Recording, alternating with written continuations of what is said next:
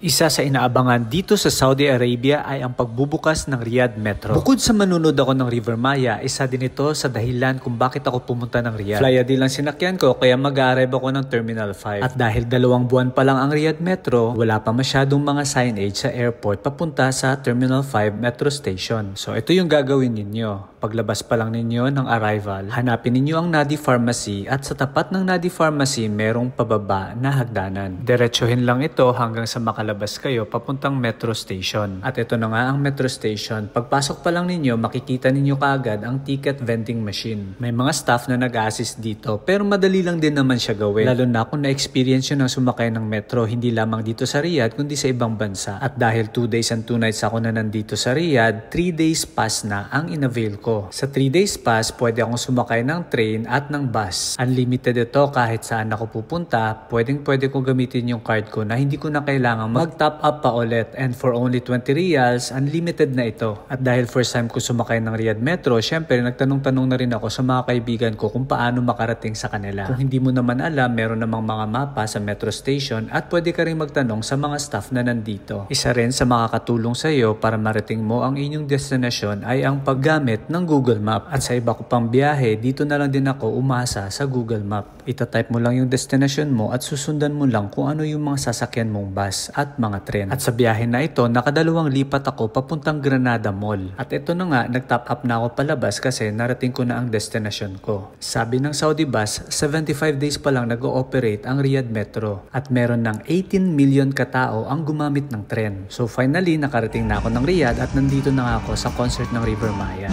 Umabit ka kaya sa aking nangitawan, palitan sa kalalaan ng ligaya. Tayo na, kay magtiwala sa pagkat ngayong gabi ako mahiwala. Sa susunod ulit na mini vlog, maraming salamat!